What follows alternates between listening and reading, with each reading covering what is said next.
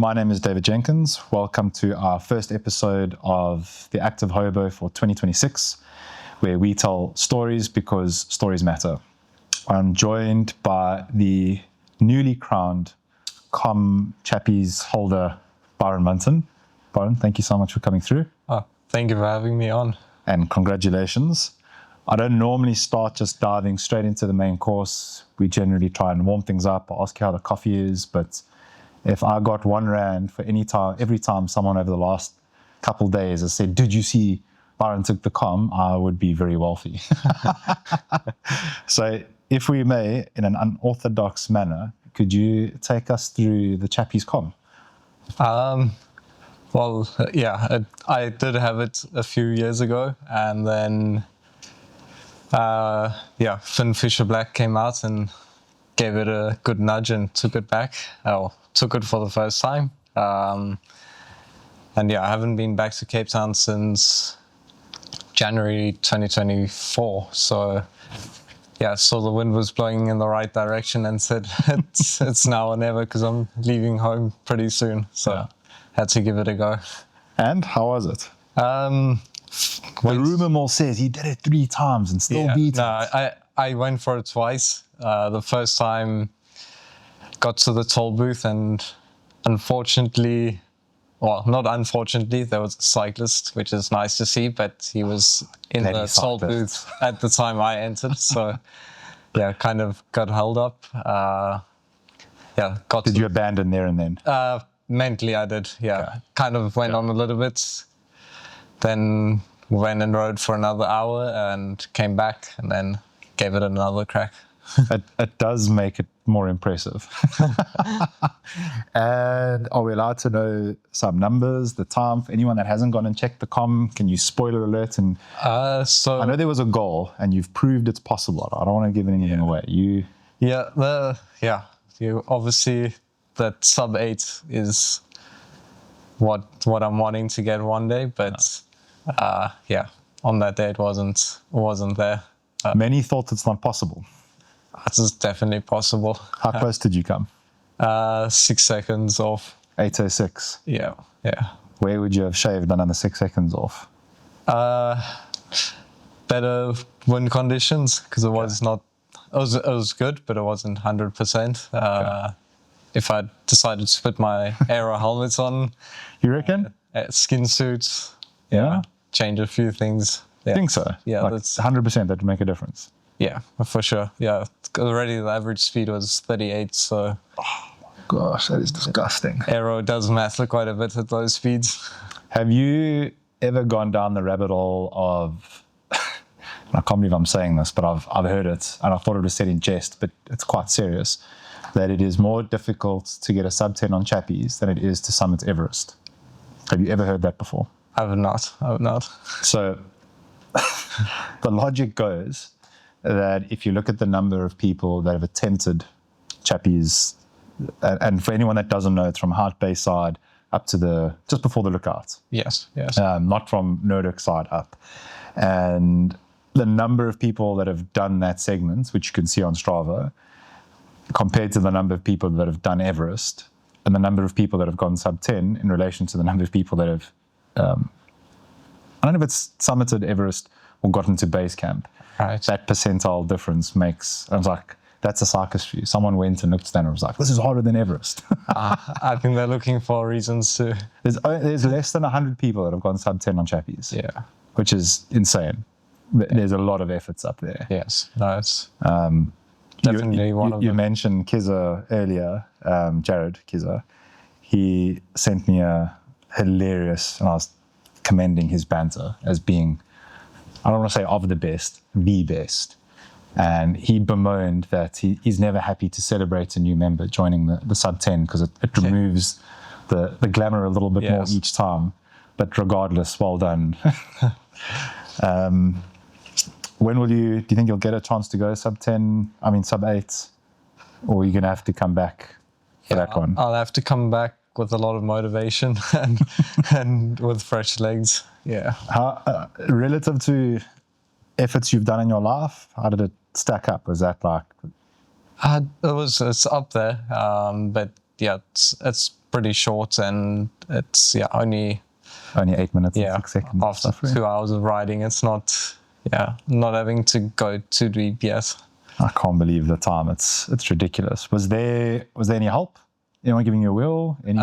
The first attempt I had Dan Lobser with me. Dan the Rocket. Yeah. How did Dan do?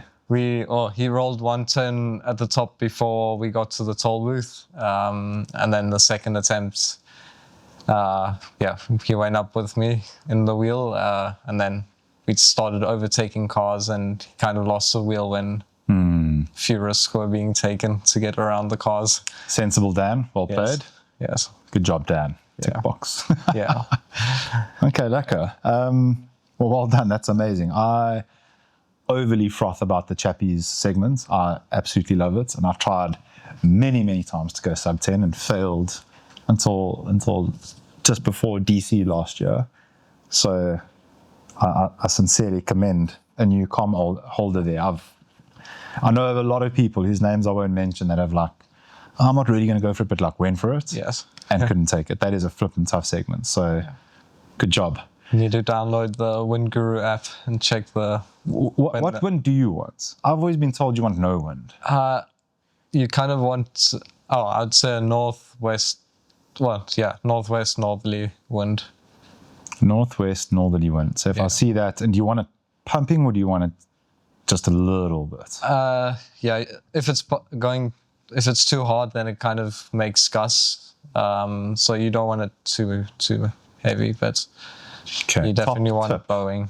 Download Windy, northwesterly, get on your bike, go give it horns. What time of day were you guys doing it? If there was cars and all that kind of stuff? It was a Tuesday.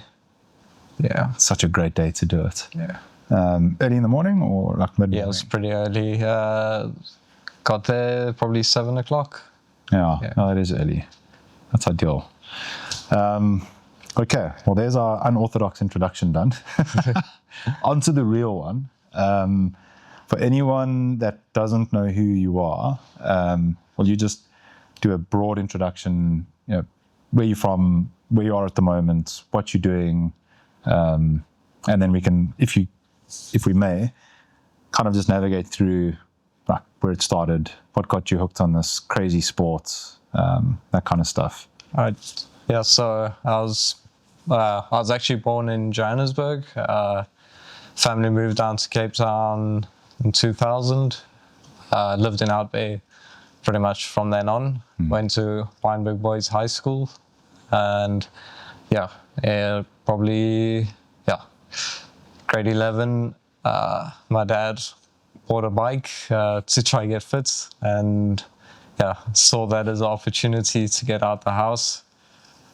And German speak, going back to the KOM, fell in love with riding a bike on Chapman speak, and the rest has kind of been history.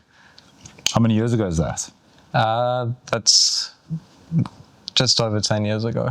Yeah. It's not it's a long time, but it's not, so it wasn't like you were raised on a bicycle, 6 years old type of thing. I'd always ridden a bike, but just like the average child, get your BMX, bike. Yes. Bob. Yes. And the trend I've seen is that the elite guys drink hot chocolate, not coffee, and they all rode at some point. Dan is a brilliant use case for this. Did you row, and do you drink coffee or hot chocolate? I've never rode, and I hadn't drank coffee until I moved to Girona. Okay. Yeah. Thank you, Girona. I'm so glad someone's breaking the mold of a rower and hot chocolate. Yeah. I do need Dan to come sit in this chair so he can answer me as to why they don't drink coffee and what the deal is with rowing. What did sporting look like in school? Were you a above average runner, or was there signs that you would have? Fitness, I was always when I played soccer, I was always one of the fitter guys on the field when I did play. Always active, played pretty much every sport I could at school. Then I think it was maybe when I was 13 or 14 years old, I had a pretty big growth spurt, and for a year I couldn't play any sports. then slowly got As a back. result of the growth spurt. Yes, yeah. Why? Yeah. Why? How did that stop you from? Because I grew so quickly, I got a liquid buildup in my hip joint, and it would, yeah, it was. I'm still not. It was such a long time ago. I'm not sure the exact name of what it was, but I would be walking along and my leg would just collapse on me, and I'd fall down. Purely as a result of growing so much in a short space of time. Yeah, that is an actual growth spurt. yeah, yeah. I entered high school as the second shortest guy in the school. That is unreal. Yeah, left not the shortest. Okay, I've never heard of that before. I'm sorry, but yeah, very interesting. yeah. So at 13, you weren't able to do anything. Thereafter, soccer, athletics, usual stuff. Cricket. Cricket was primary school. Then squash, tennis, hockey. Okay. Yeah, basketball even. So yeah, tried everything. The bicycle. So your dad gets a bike. You riding dad's bike. Yes. What bike was it? You remember? A 57 centimeter Pinarello Paris. That could never have fitted you, surely. No, it didn't. What size bike do you ride? 54. 4. Yeah. Would have guessed 54. Yeah. So you were sitting like. Yeah, super aero. And was it? Can you remember that like first ride on it? Was it like love at first ride or? Yeah, it was just that sensation of being fully focused on doing one thing, which I'll get onto a bit later. But yeah, just that feeling of freedom and the speed on the downhills, which is, that gets me going. A bit of a thrill seeker then. Yeah, adrenaline, not something you're scared of chasing. Yeah, I quite like speed. We'll get onto some of your incredible descents in a moment. For anyone that hasn't seen your recent footage, we can maybe talk them through some of that. So at what point, and I always find this really interesting, do you go from enjoying riding a bike, thrill seeker, the freedom, to I want to race? What does that time look like? What is the motivating factor, and what were some of the limitations? What made that difficult, if anything? So for me it was more of a case of like I started riding, and after doing Chapman's Peak, I don't know, 100 times, because that's the only place my parents would allow me to ride was from home up Chapman's Peak and back. So I'd be doing laps. Pretty sick place to have to go and ride. It's not terrible. Oh no, I can only ride up the most iconic place in Cape Town. So then I started looking for other options, and that led me into signing up to go do some local criteriums when Lights by Linear still had the criterium series going, a few of the Western Province and PPA races.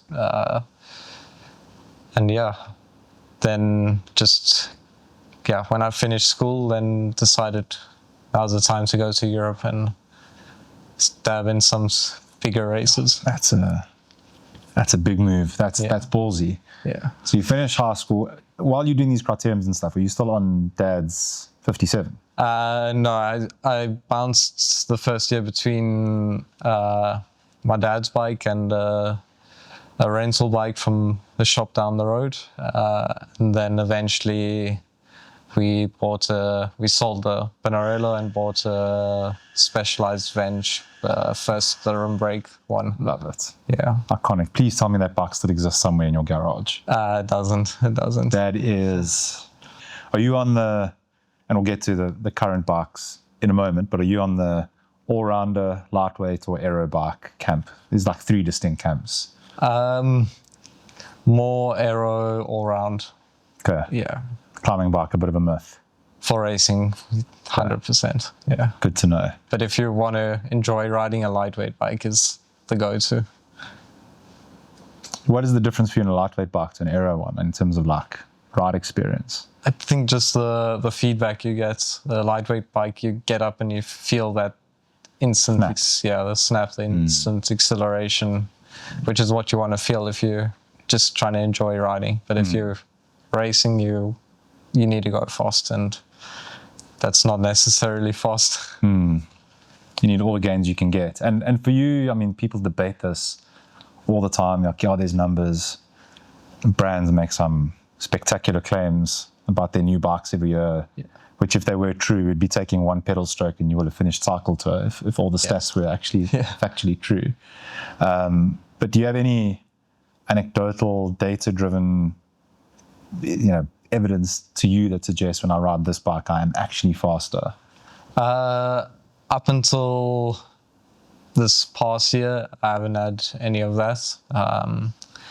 Because when you're racing on teams, you have to ride what you're given, and that's the fastest bike you've got. So it's the one you get given. Make the most of it.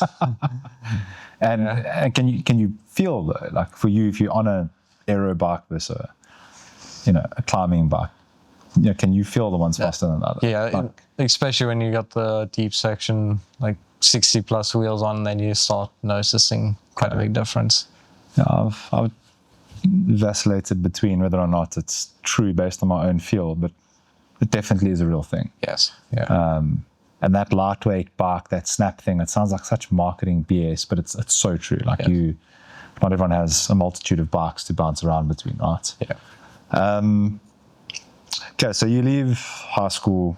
What were academics like? Just quickly out of interest. I'm always interested. Terrible. To see. Okay. Yeah. So there was a heavy weight towards performance in terms of... Yes. The subjects that were more hands-on and that I enjoyed, I did fairly well in, but anything that my mind didn't enjoy, or I wasn't engaged in, that just kind of went out the window. Yeah. Okay, I'll get that. It's always just an interesting points cover. Did you study it all afterwards, or did you just dive straight in? Straight into the racing. Okay. Yeah. What does that look like? Like, that is a humongous decision for an 18-year-old to make. And that's you, mom, dad, listen, I want to pursue this thing, I'm out of here. Yeah, I think that's more, for me it was quite an easy thing because it's what I wanted to do. But for my parents, it's like sending their child off to Europe and not varsity or university, which is what everyone else is doing. It's, is it worth the risk? And is it going to be beneficial in the long run? But I'm very thankful to my parents for supporting me in that, because it's eventually paid off. Was that like a dinner, sit down, mom, dad, I want to go abroad, or like one conversation, or was it like prolonged? It was a bit prolonged. Like I already wanted to go over when I was junior, but I wasn't quite at the level yet, which my coach kind of told me, like, just hang in there a bit. And then first year under 23, we decided we're gonna go up to Belgium. Okay. Who's your coach? At that time it was Barry Austin.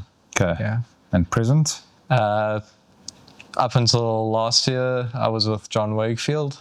Okay. And then legend. Yeah. And then absolute legend. And then I switched over to the team's coach this year, who's Bobby Yulee. Okay. Yeah. This sounds like a stupid question, but you have to ask it. How big of a change is it for you as an athlete going from one to the other? Is it quite disruptive?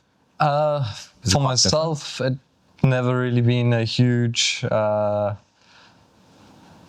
just enjoy seeing the feedback from the coaches and the progression. Quite like the data behind the riding.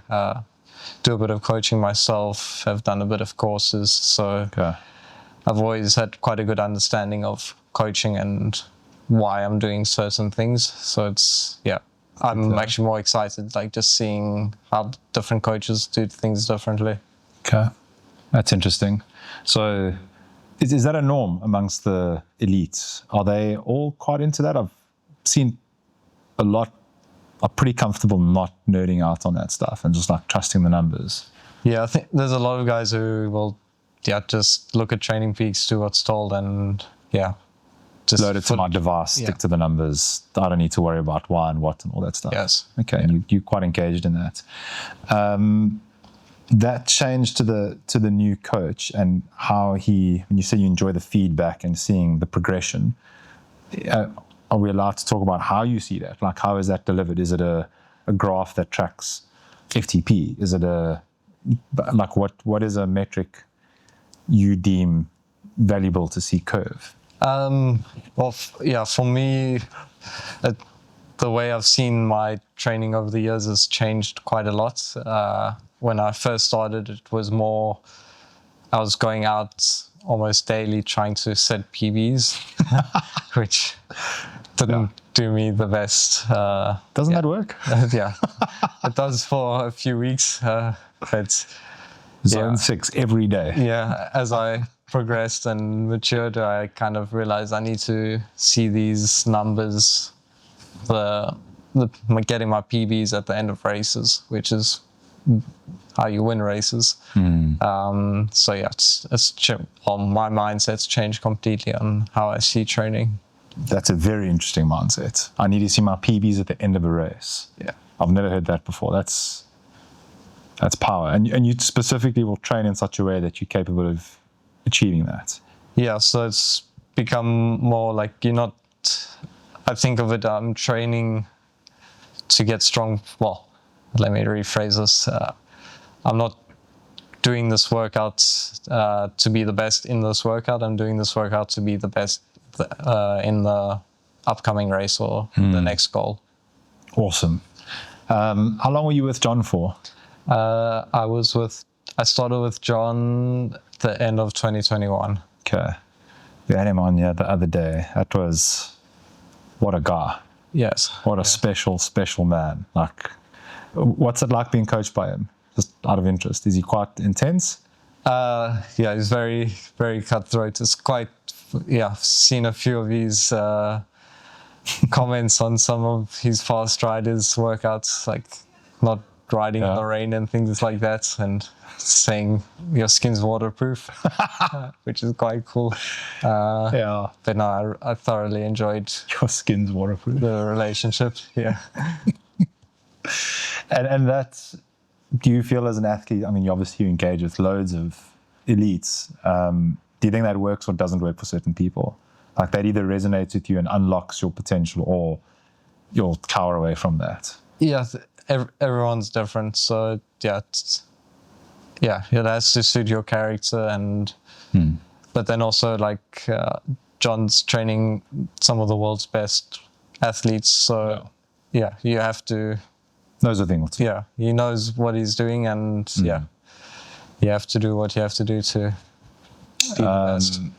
So you don't mind a bit of tough love, and I'd rather have the brutal honesty than people trying to wiggle their way around things. I like that. John, what a legend. Anyway, goals for the year is where I want to get to. But before we do, could you take us through Europe? You've been there 4 years. I've been in Europe since 2017. Oh my word, that long? Yes, it's been a long stint, yeah. Heavens, I only thought it was the last 4 that you were there. Yeah. Okay, well then that rephrases where we're going to go to next. Can you take us through 2017 today? Like what does that first move look like, and how do you get a ride that side? I'm guessing that's like the anchor you need to be able to stay there. Could you take us through that progression?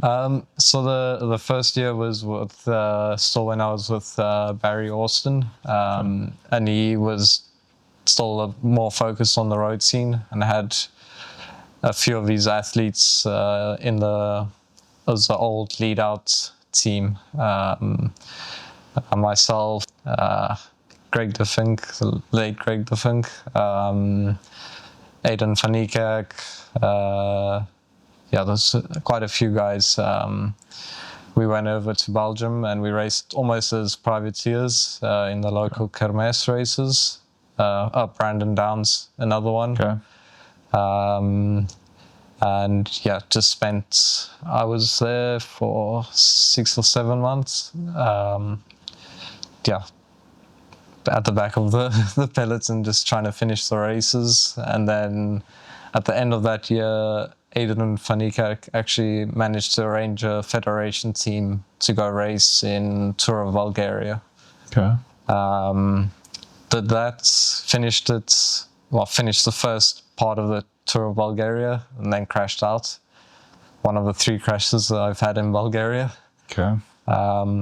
Came home, spent the summer here, did nationals, Tour de Cup, Tour of Good Hope at the time. Yeah.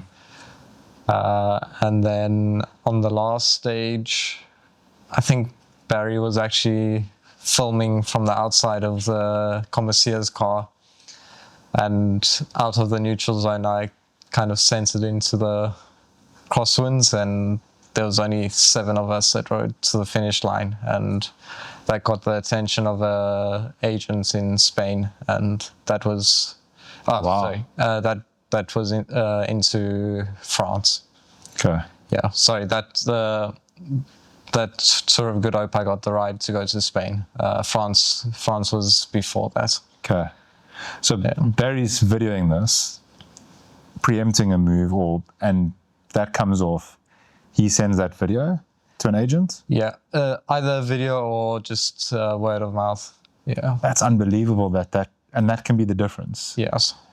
And do you know what it was about that appealed to them? Was it that you were happy to attack into a crosswind? Was it the gap that you put in? Was it? I think it was, not as a smaller rider, not being scared to ride in the wind, and just racing on instincts and knowing that there's going to be a crosswind as we exited the neutral zone. Okay, these are the little details. I mean, I'm amazed at anyone that goes from here abroad, Europe or otherwise, and makes anything of themselves. I struggle to think of things that are more difficult, other than maybe trying to get into Formula One. Like the margins, the numbers are just insane. Which is why I like to understand. There's a bit of luck. There's obviously skill. There's talents. There's training. There's all these things that go into it. But it almost always seems like there's a distinct moment that creates an opportunity, and it's then how one seizes that that determines the outcome, and that sounds like one of them. Yes. Just to rewind a little bit, you mentioned you went abroad the first time. What does that look like? Are you, goodbye mom and dad, I'm going to go an Airbnb in this place, or there's someone there that we've arranged that's receiving me? Like, what is that? Excuse my ignorance, but I've got I have a 17-year-old daughter. Yes. And if she was telling me next year, if I think like next year, she's like, I'm going to Belgium to go race. She doesn't cycle, thank God. I'm like, how? Yes. If you can just fill in some of the detail there, because I'm still flabbergasted. Yes. So it was literally 6 or 7 of us that under the lead outs team. Booked accommodation, organized through lead out with Barry and Siska, and then we stayed in, for the first half we stayed in one kind of an Airbnb, just a apartment block, and then we moved to another one in Oudenaarde, which was that's the sense of cycling in Belgium. So it's and then we basically go on the Belgium Federation website, look at the races you want to do, sign up, ride to the race, ride home. That's nuts. How many races are you doing? I've heard some nuts stats. Yeah, we were doing between 1 and 2 a week. So random days of the week whenever yes, they were. Yeah. Is it true that there's a race every day of the week? You can find a race. I think so.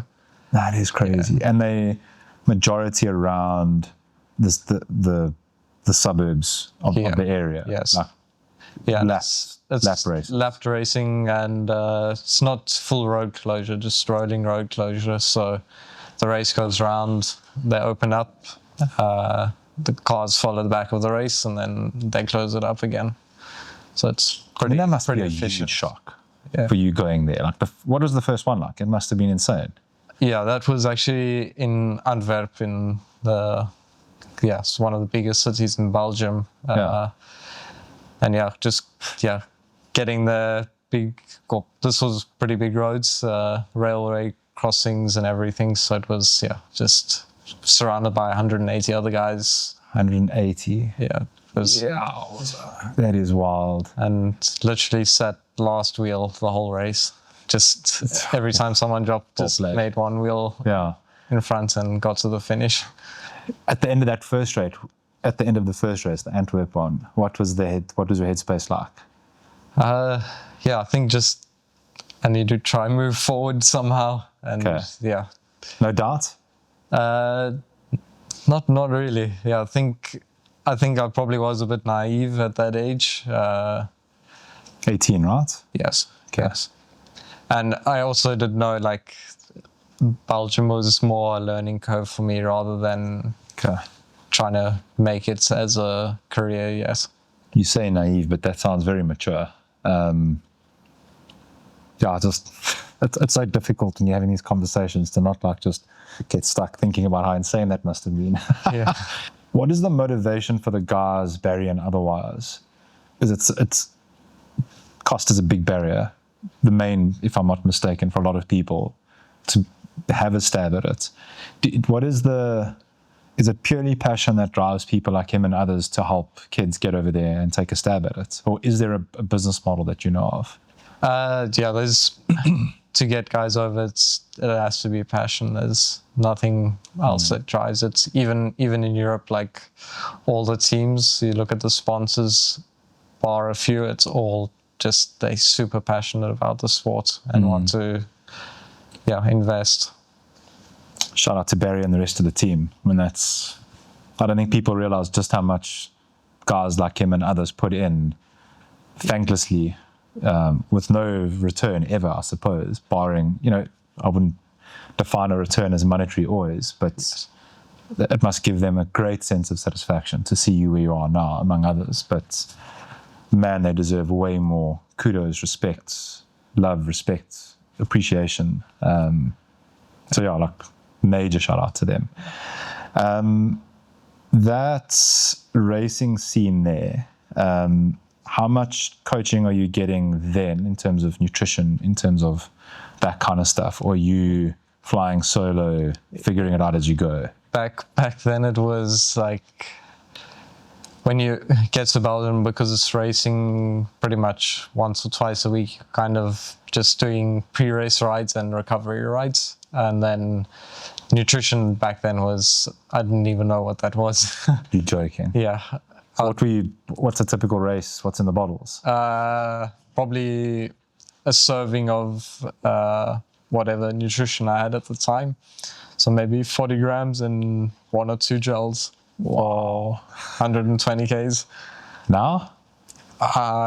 Probably 7 or 8 gels, and depending how much mix I've got in the bottle. But it would be probably higher than 40. 5 times the amount. Yeah.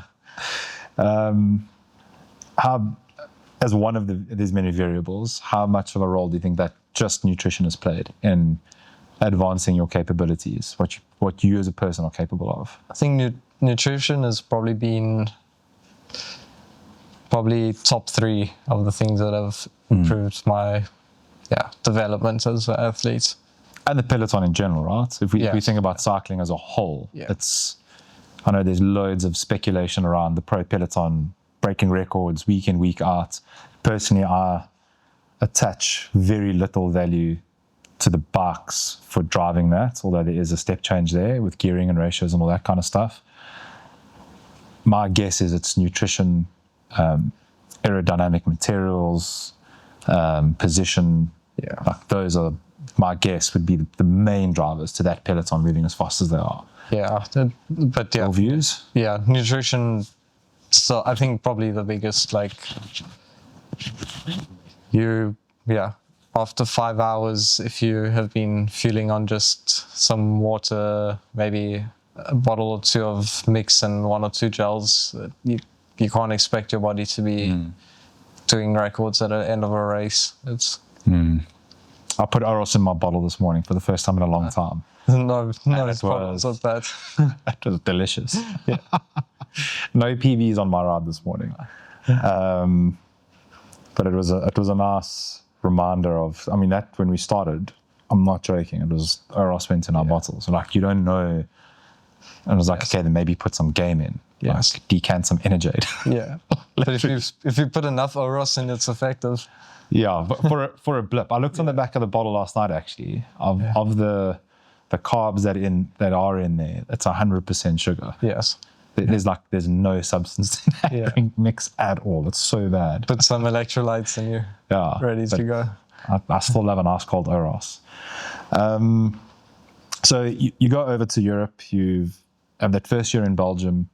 You come back in the summer. What's the plan and where's your headspace? Yeah, then it was a bit difficult trying to find teams because I knew I didn't want to go back to Belgium. So it was. Why, if I may ask? Yeah, for if you look at it, I don't think there's been, well, maybe one or two riders, but very few make it from Belgium into a higher level of a team, unless you're going from the junior ranks. As soon as you're in the under 23 and elites, you either have to be Belgium or winning almost every single race to get a spot, because the whole world goes to Belgium to find a pro contract, and yeah, your chances just become less. That's so interesting. Okay, so that is top tip. Not the best place to go if you're trying to level up into a tier. Unless you're winning every single race and you're like the next Tadej Pogacar. If you know you're going to win races, yeah, there's nothing wrong with doing it. But yeah, that is very, very interesting. 60 kilogram climber, it wasn't the place I was going to be winning races. And terrain didn't suit your ability. Yeah. Okay, that's a good tactical call. Is that something you identified, coach, combination? Combination, yeah. Okay. Yeah. So what was the plan? Where do you go for a 60 kg climber? So then I went to France, which was a bit of a rocky year. Some issues with licensing and things, so I didn't get to race any of the the French Cups due to licensing, but I still... Can you expand on that? I've got no idea what licensing would refer to. It was just a license to be registered to race in the French Cups, and ours was delayed and we didn't get to do them. How do you get a license to race in a French Cup? Is that a South Africa governmental thing? No, it's through the team. The team's supposed to put that in on time. Okay, which is just an administrative thing? Yes. Yes, ABC details, give us a license. Yes. Okay. Yeah. That must have been frustrating. Yeah, so then, did Tour de Martinique, that was a pretty incredible experience. A French colony on the Caribbean. Sounds awful. Yeah, staying on the beach. But yeah, that was pretty What cool. was the broadline stats for the tour, distance, days? I think between 100 and 150 kilometers, but I still believe to date one of the hardest events I've raced at that time, and the ability I had, because it was 10 or 11 days without a rest day, and just every day. Days of racing, 150 Ks. Yeah. Wow. And elevation? It was just up and down all day, like doing laps around Cape Town. Just not long climbs, but short and steep. Okay. Yeah. Like 200-300 meters of climbing type of thing. Yes. Yeah. Punch. Does that suit you? Back then, not the best, but I managed to get into the youth rider jersey at one stage. Awesome. But by stage 5 or 6, I was in a hole, and only came right on the last stage. Okay. Is that just body, nutrition? Yeah, I think in particular, just physiologically that it was what it was.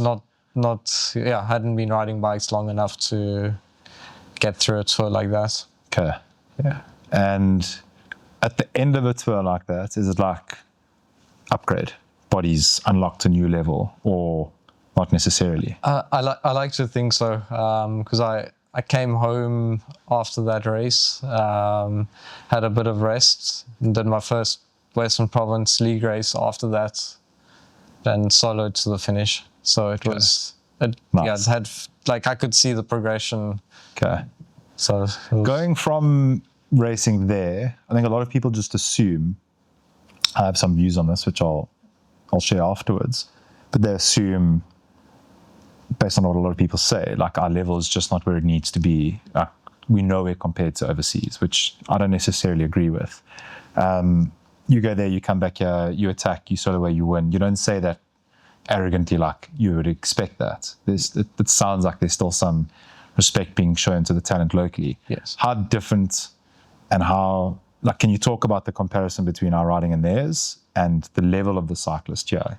Yeah. Comparing. Yeah, I still believe that we have some of the most talented riders in the world in South Africa, but it's just a case of the racing more on the road scene is a completely different, it's a different category. Like it's like cyclocross and mountain biking. It's you can't compare it. I would even go as far as saying, if you do a race in South Africa and average 200 TSS, let's say rather you average 200 watts in the race, you go to Europe, you average 200 watts, you're going to feel more broken for that 200 watts average in Europe than you do here, just because you got the stress of the bunch, you got the stress of, knowing when there's going to be the climbs, the downhills.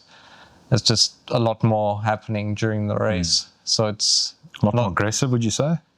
Excuse me? A lot more aggressive in Europe. Yes, a lot, yeah.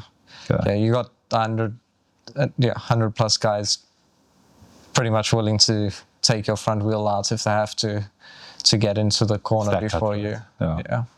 And you say that you and I agree with that the raw talent of South Africans is there. And it's, a lot of people are like, well, why, like, who cares if Europe is different? Like, we don't need to race Europe. But Europe is that's the hotbed. That is where success is measured as a cyclist. So it's kind of like you have to adapt to them. You can't play your game and go there because you just won't win. Why do you think we have such good talent here? Do you have any? I think we just know how to train hard. If you look at the numbers of the guys here, they definitely up like top 1% of the world. And it's just trying to get that into the racing over there it takes time to adapt to that. I'm glad we're talking about this because it's a never-ending theme that we'll have, which is we've had multiple guests on here, which I'm very proud, African and South African. I'm like overly so, and Aaron Borrell said it best. South Africans have a mentality problem. They have you see yourself, a lot of them, you just don't think that you're as good as the rest of the world. It's a weird thing, like mostly because of the perception. There's loads of things that contribute to it. Yet you have Jeroen Swart at UAE. Look at his position in the team. You have John at Red Bull Bora. They are at the absolute top level of the game. You've had Gibbons, you've had Glamini, you've had, the list goes on. You can name people forever. And everyone's kind of like, but they're the exception. And it's like, well, no, there's people in media. Aaron is a great example. Yes. At Cycling Weekly, the absolute tippity top of the biggest media empire. We just need a GCN presenter at this point, and it ticked all the boxes, right? And it goes back years. You go back to the days of Malcolm Lange and many others in that time. So we've been interviewing people that are from a different era, slightly older, more mature. And this isn't like recently there's been this development of talent. There's a long-standing history of South Africans being good at anything that we do. Cycling is not excluded. And I just don't think there's enough people telling South Africans, like, you can do this. Yes, you got to take risks. Yes, you're going to probably be really poor. You're going to bankrupt your family in all likelihood. There's all those things are a given. But if you do it, you can make it with certain challenges. And I think voices like yours, John's, and many others are. I just don't think there's enough of that narrative is not pronounced enough in cycling in South Africa, and running for that matter. So it's good to hear you saying that. One of the things that we spoke about before we started filming, and I think it would be relevant to talk to that now, is like, don't go there, have your first race and give up. Through Elves, there's a few individuals that were involved with trying to help and support, with the bikes, 13, 15, 17-year-olds, very invested parents, families that are all in, not hoping they get a pro contract so they can retire, but just they're invested in their kids. They're passionate about what their kids want to do, and they're all in on them. And I love and respect that so much. And they've been over to different tours in Europe, and it's like almost all of them. It was like a OMG moment. Yes. And not everyone reacted the same. For a lot of them, I think it was like it's impossible. We're not at that level. But to your point, it's adaptation, right? It's get used to it. So do you want to maybe, as the person that's actually gone there, been there for however many years now, maybe talk to that a little bit? Like, what is the hope you can impart on the budding South African cyclists? Because there's a ton of them, male and female, that I know that are 13 years old right now, 14, 15, 16, 17, dreaming of getting into Europe and racing at the top level. What should they know? I think firstly is make sure you always enjoy riding a bike. Like, before the age of 20, it's like, if you have to take 2 or 3 days off just because you're not enjoying riding at that present moment, those 2 or 3 days off are not going to define your career. Although you might think it at the time, right? Yeah. I've learned that the hard way a few times. But it's just be committed. Like, you need to just invest in yourself, believe in yourself, which is a huge one, which I only probably started doing this year. Previous year, where I actually believed that I could do it. It's time. It's like doing a university degree, finishing school. You spend 4 or 5 years. It's just consistency. And it's a great analogy, actually. Yeah. So it's basically just going from one step to another. Even though you might fall down a few, you need to just get up to the next. And agreed. And it's so good for people to hear that, because and we'll get to where you are at the moment and what you're doing, because I think that'll help anchor the point. Year 1, Belgium, then off to France. I'm guessing year 3, 4, things start to take shape a bit. Actually not. So like with the consistency, I started in Belgium, went to France, which was a good and a bad year. Like just not still knowing where I'm going. Then went to Spain for 3 years, first 2 years in an amateur team. The second year in that team started getting pretty good results. That was the year after I was 8th at World Champs in the under-23 TC, where I thought maybe things would start happening. And that's actually what kept me going until now, was knowing that if I had finished 8th in the world, I had the potential to do better things than I have been doing.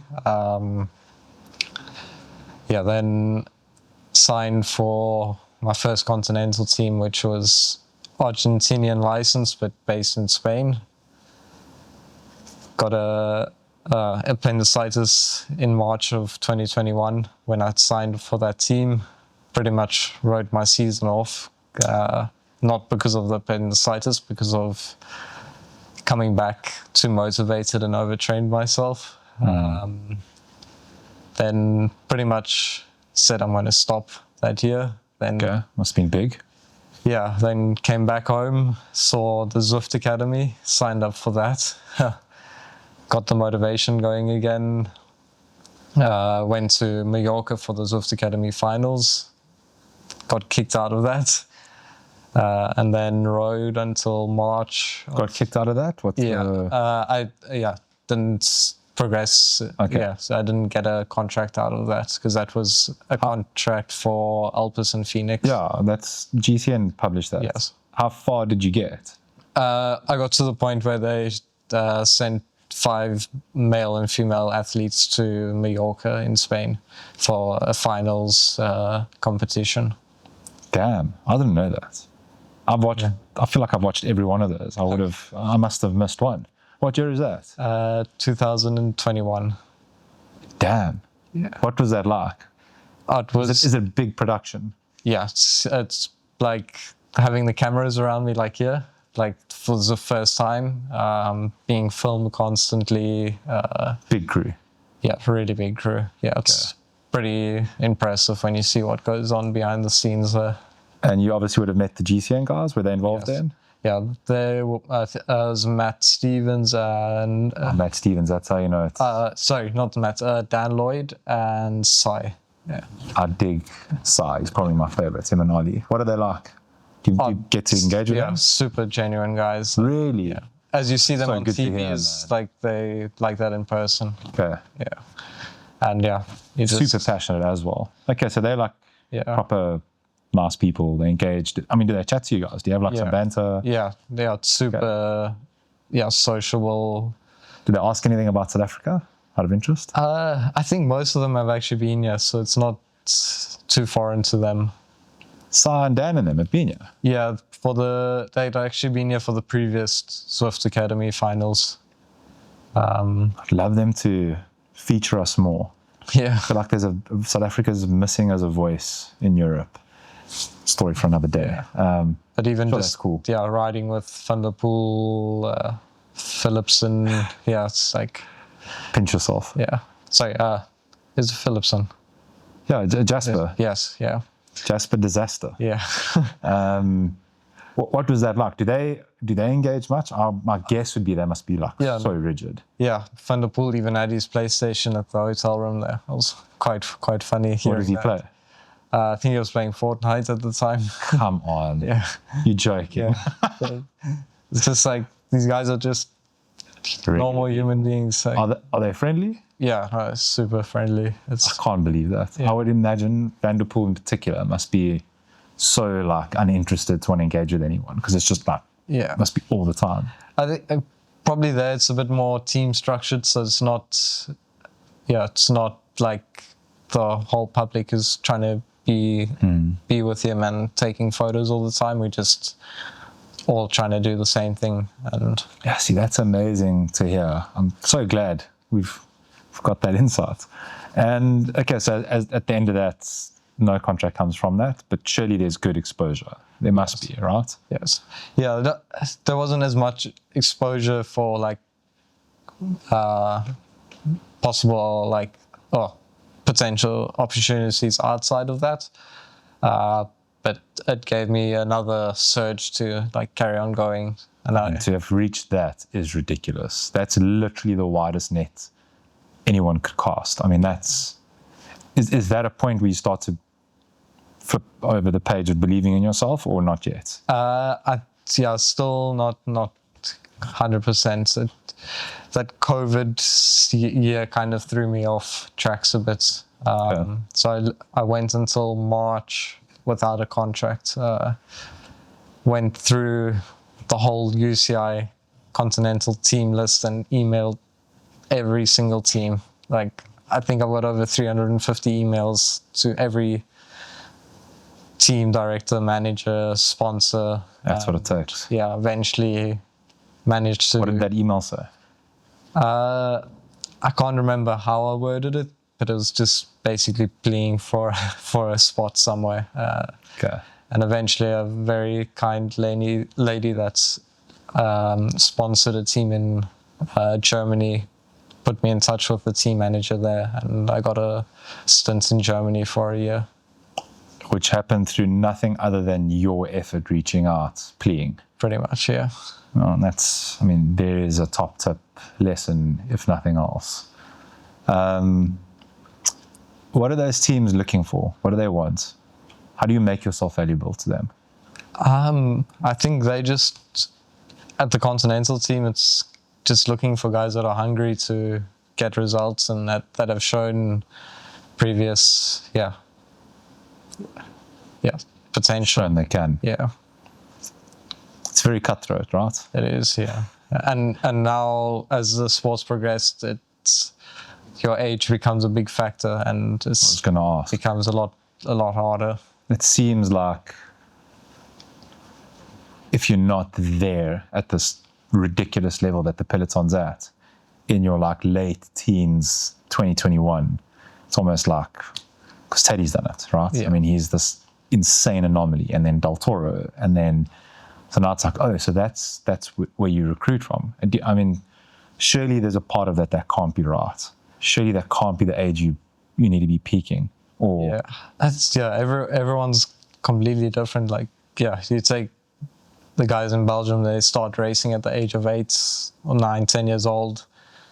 You're going to peak at a completely different time to someone who started at 18 or 19. So, yeah, I do think there needs to be a bit of a mindset change in that. And I do see it happening already. teams are changing that as the... Yeah, I think they are seeing, like, you can't take these young riders and put them into huge teams with these big budgets. They just not... I would even say if I was, when I was in Spain as a under 23, I almost made the step up, and I'm actually happy saying I didn't, because I don't think I would have been ready at the time to take on a role in a bigger team. And ready, help me understand what ready looks like, feels like, sounds like. Are there any practical examples? Just the pressure of a high performance environment, because Yeah, I mean, that's that must be crushing. yeah, I mean, it's What are some of those pressures? Can you color that in a bit? basically doing your job. Like, you have to make sure you're not sick. You have to make sure you arrive at the race always at your best, or in your best shape. Avoid, this sounds stupid, but like, your mates ask you to go out tonight and you know you got a big ride tomorrow. You can't like do those things. Well, not always, but there's a balance, and as a younger rider, it's, I think, hard. Definite social Hard to sacrifice. balance Like, you that. can't get away from that. Yes, and there's some guys that are super talented and can get away with it, but there's some that you have to back off from it. Fortunately for me, I've never been a very sociable person, but better now. That's it's not been really a sacrifice for me as it would be for some people. I think that's a huge thing, because, I mean, maybe if social isn't your draw card and you're not like hyper sociable, there's still family, right? I mean, Yes. has that been a factor? Like, how difficult has that been? For myself, going to Europe, I haven't found it too difficult. I would say probably the last 2 years has been a bit more difficult with my sister's situation. Sure. But before that, I'd never really, being there, wasn't an issue for me. Okay, and it's interesting you say that. I know a lot of people, that's one of the big things that they struggle, being away from, comforts. So that, I think South Africans don't realize, for loads of different reasons, right or wrong, how easy we've got it here. Yeah. Particularly, not saying that everyone that's a high-level cyclist comes from privileged backgrounds, but a lot of them do. And when you go to Europe, there's a lot more effort that goes into your daily living, and then you've got to train and, to your point, look after all these things. How much is the team doing in terms of looking after you, feeding you, fueling you? Like, I mean, those bills must add up. That pressure must add up as well, or Is that for you to worry about? Do they cater for you? So when I was an amateur athlete, I was always staying in the team's house or accommodation that they provided, and they would give me a bit of allowance for food every month. So I was pretty much living for free, but yeah, there were some things that I would have to pay for myself, like if I wanted to go out and do some fun things. When I signed for the Hungarian team in 2023, that was the first year I actually got a salary from a team, and that allowed me to move to Girona and start living a more professional life than I had before. Okay. So the salary that they pay you allows you to go and, I presume, go and rent a place for yourself? Yes. Which gives you a better professional environment to train, to fuel, to blah, blah, blah, blah, blah. Yes. Okay. Yeah. So You mentioned 11 hours of sleep last night till today. You're not going to get that staying in a digs. No. And those things stack, right? Yes. Yeah. Yeah. I mean, that's probably one of the most important things is sleep. But yeah, just that having that contract that allowed me to have a bit more independence, staying in, I rented with a roommate, another South African for a year, Callum Ormiston. But yeah, just having that space where you could come home and you have your own things, own routines. Yeah, it's just Big step change, right? Yeah, definitely changed the game. One thing, slight detour from the progression we are now, the Girona, Belgium, France, rolling road closures, training, obviously on the road a lot. What is the mentality of the public, car users, civilians towards cyclists? Because there's a very particular one in South Africa. Is there a contrast between that and there? So Belgium and Spain, I would say, are outliers. I think in Belgium, the cars are just too scared to have an incident with the car, not necessarily that they're friendly. And Spain, Catalonia more specifically, they are just generally, just super patient, don't bother too much about us. They'll take their time to come past. If they have to wait a minute, 5 minutes, 10 minutes, it is what it is. They, not going to get upset. But people aren't sitting on the horn going crazy. There's France is not the best. Italy, some pretty crazy drivers. The Balkan countries are pretty crazy. Oh, really? Yeah. In terms of people driving recklessly, or that hooting anger directed at cyclists?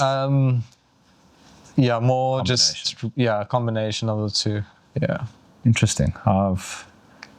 We just assume that it's better there, but similar. It's not everywhere that is great, but I do think still people take a bit more initiative and go, that's a human being on a bicycle, not just a cyclist. Yeah. The lycra red flag that sends people into chaos. Yes. Girona?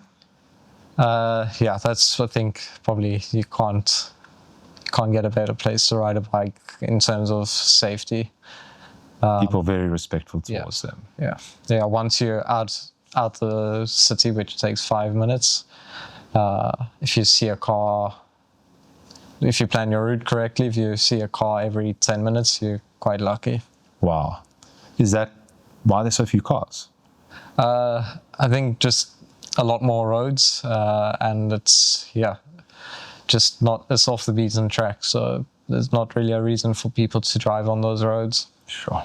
No, it's on my bucket list, very high on my bucket list.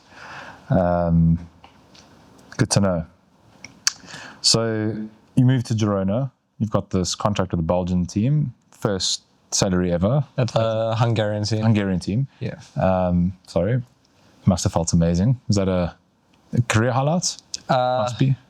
Yeah, I still remember getting the message and then running to my parents telling them that So do they send you a physical contract? Yes. Okay. Yeah. So running to my parents and going, I'm getting paid to ride a bike was Man, pretty cool. That's got to feel amazing. And that's, I think for anyone that listens to this, it's a lot like a degree. It's a great analogy that you use. Like if you want to become a CA or whatever it is, any professional, it's a long slog before you get that piece of paper that says CASA and the salary that comes with it. And there's loads of suffering. My wife has an audit and advisory firm, so I see it. I know what articles is like. I understand, and their culture is superior. Yeah, and we've got people that have been at KPMG, PwC. Like as tough as cycling is, becoming a CA is a bit of a horror story as well. And that perspective of just like, I've got to knuckle down and just get through this. That's what I'm working towards. It's a good mindset to have.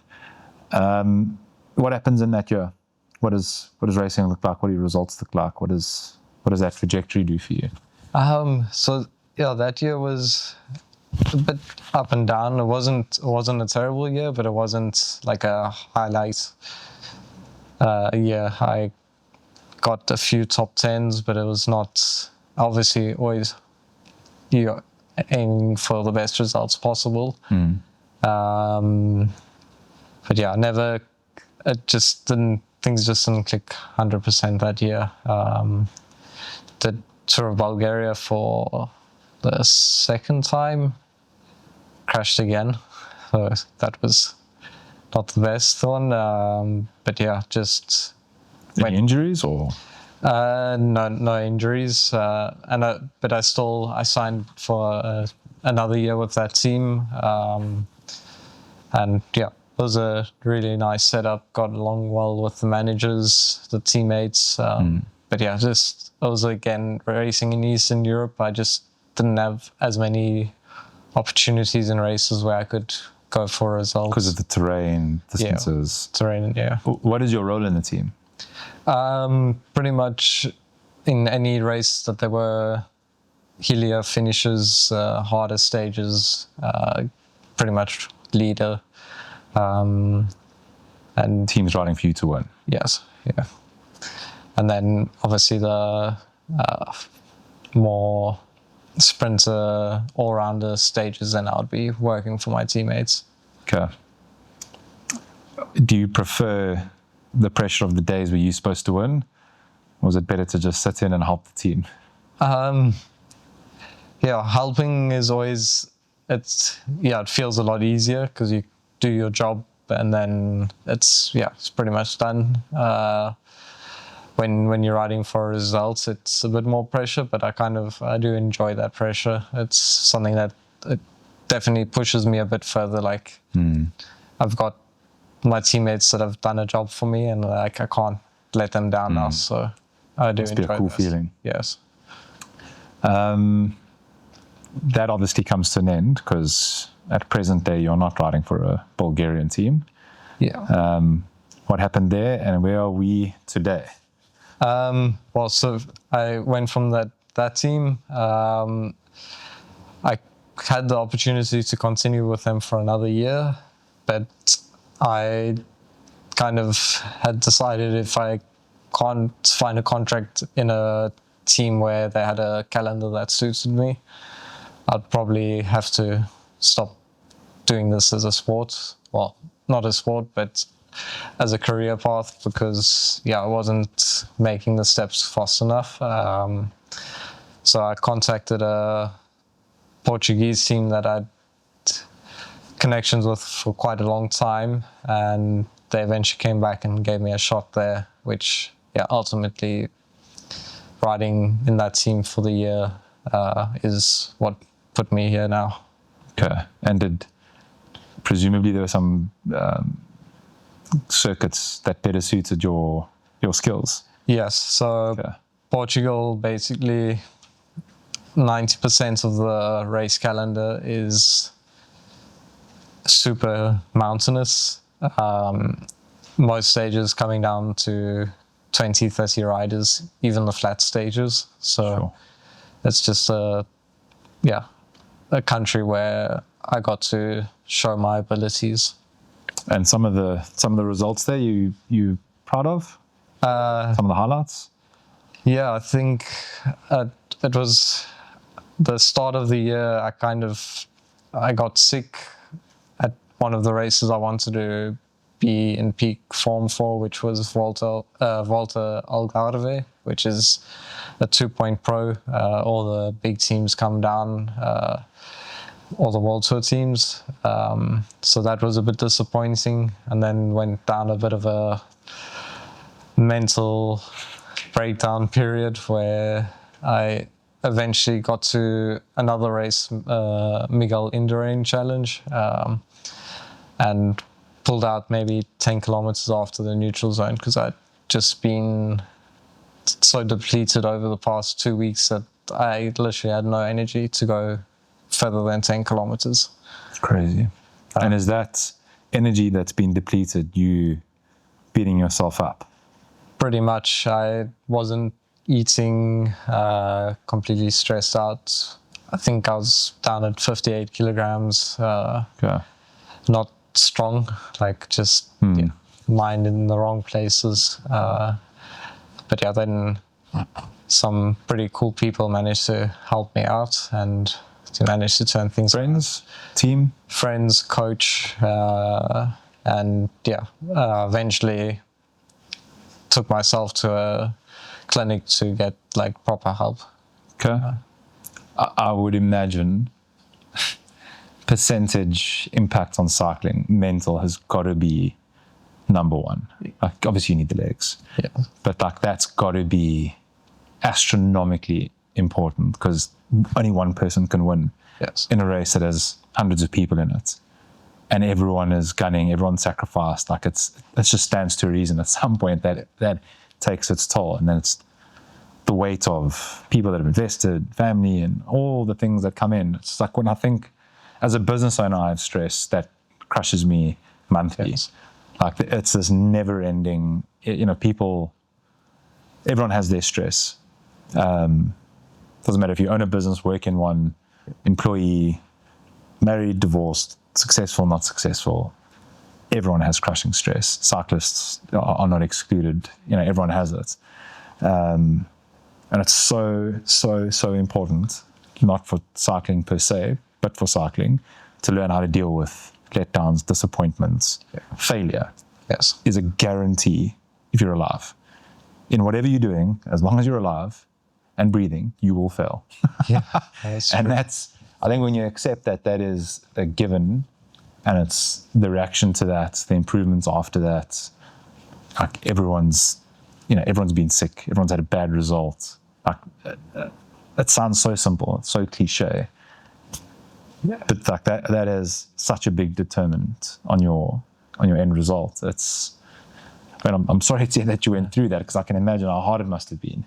It was pretty crazy because, up until then, I never really knew how much things like stress, anxiety, and all of that can actually affect someone. And like experiencing that, like, just gave me a whole new perspective on the world. And like, it was just, I'd never felt like that before in my life. And but I'm pretty happy that I've experienced that now, so I know what it's like, and just have to manage.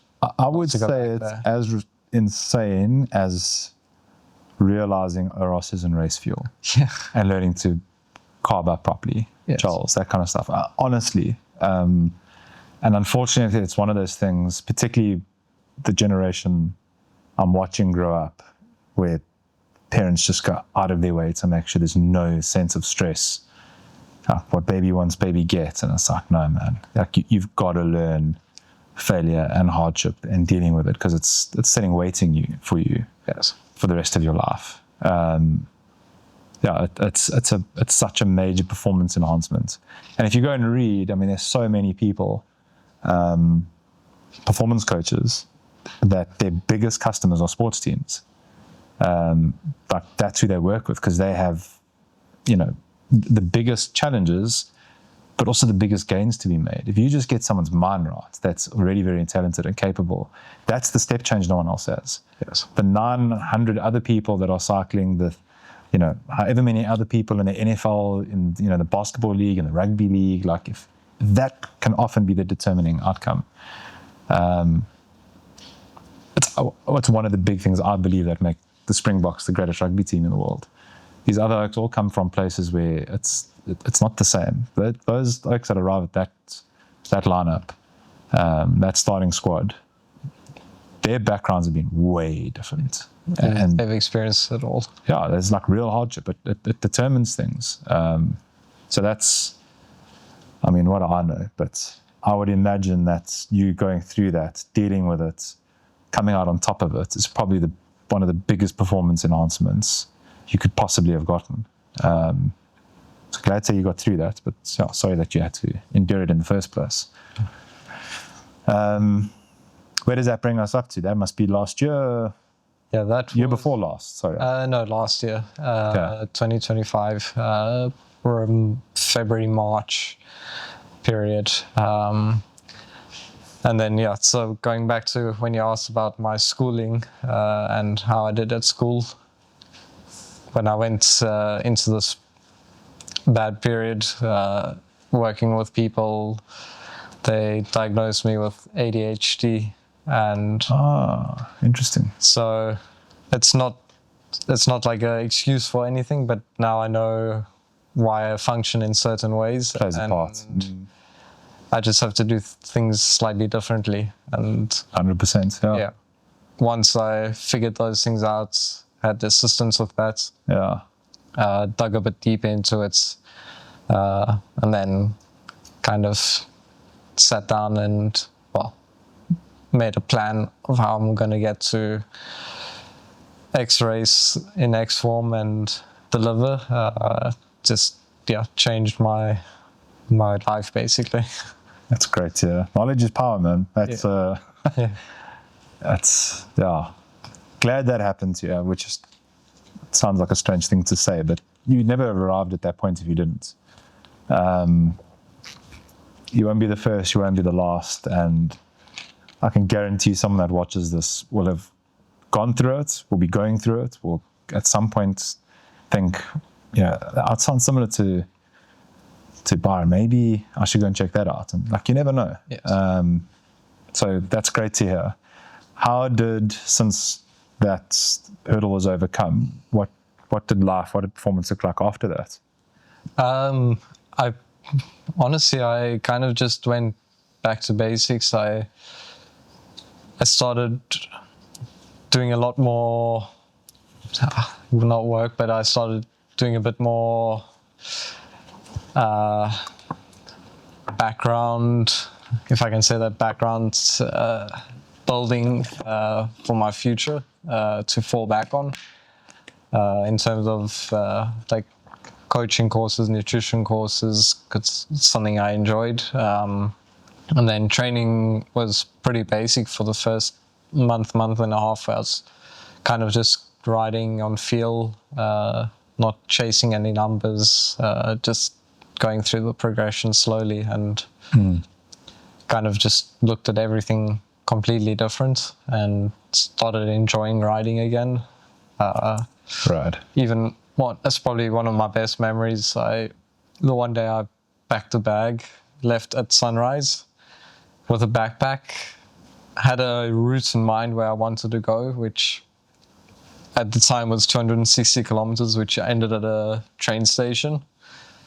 And I got to around 250 kilometers, and I was like, I might as well just ride home now. So I finished on 10 hours at sunset. That was sick. Yeah, pretty awesome day. So 500, 250, 250? No, 300. Total, okay. Yeah, 300 Ks in total. Oh, yeah. Man. I mean, that's why we ride bikes, right? Yeah. I mean, that's the... With Rad. Yeah, I had my head What was in the backpack?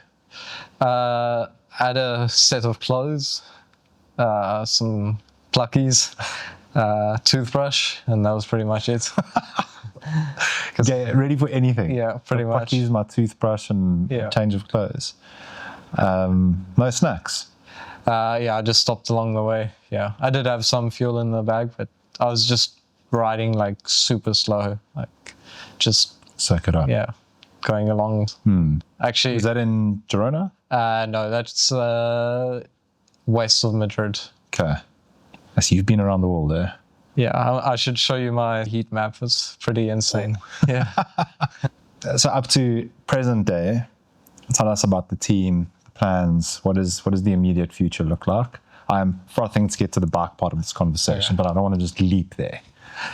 Yeah. So yeah, getting onto the team. I'll talk a bit about how I got to that point. So obviously had that period where it was not so great. Got going again, and then I had 4 consecutive tours before Volta Portugal, where I just, from one race to another, just got better, which was kind of the plan. The one tour I had a pretty bad crash, so that kind of threw things a little bit under, but was back on the bike a few days later. Next tour was going well again, and then it was, I'm going to mess this name up, but GP Pires de Estrella. It was in the most mountainous region of Portugal. The final stage I was on for a really good day, and at the bottom of the final 20-kilometer climb I managed to break my rear wheel on a hole in the road. Most bizarre wheel break I've ever seen. The tire didn't cut, the tube was still pumped up, but the rim was in pieces. Wow, that's weird. So it's like just the impacts, it's like, it's just, I don't know, sent the wheel in the wrong way. Got on the spare bike, chased for as long as I could, caught the yellow jersey group, who had unfortunately dropped from the guys that went up the road by, I think, a minute or so, but it was a 55, 60-minute climb, so it was really long. And it was there where I was like, okay, if I can catch them and the front guys are just in front of me, then I kind of knew that things are on track for Volta Portugal, which is the biggest race on the calendar for those teams. Okay. And yeah, then went into Volta Portugal, still a little bit unsure about where I am, and had probably my best day on stage 4, where I managed to win the stage on the most mythical climb there, which was still just, I get goosebumps thinking about it. Had the manager on the radio saying 10 seconds, and I didn't know if it was 10 seconds to the guys in front of me or behind, because the climb kind of spirals up and you can't see like very far ahead of you. Okay. So yeah, from then on, got 3rd overall on GC at the end of the tour, and started having conversations with teams, and Just like that. pretty much, through Instagram. Really? Yeah. No, man. 3 teams and all through Instagram. Yeah. Good to know. Yeah. Instagram important in the world of you live in? Yes, it was very important. Got to be pretty intentional with what you're putting there. Do they look at that stuff, or they just use it as a means to contact you because it's easier? It's a bit of both, but having a social media presence definitely does help. Like, if I didn't have as many people posting or reposting the day that I won, maybe I wouldn't have been noticed and not seen. They maybe not have seen that result. It's modern day cycling. They're all tools in the box, huh? Yeah, so you have to put yourself out there in as many places as possible. That team manager on the radio, does that get irritating?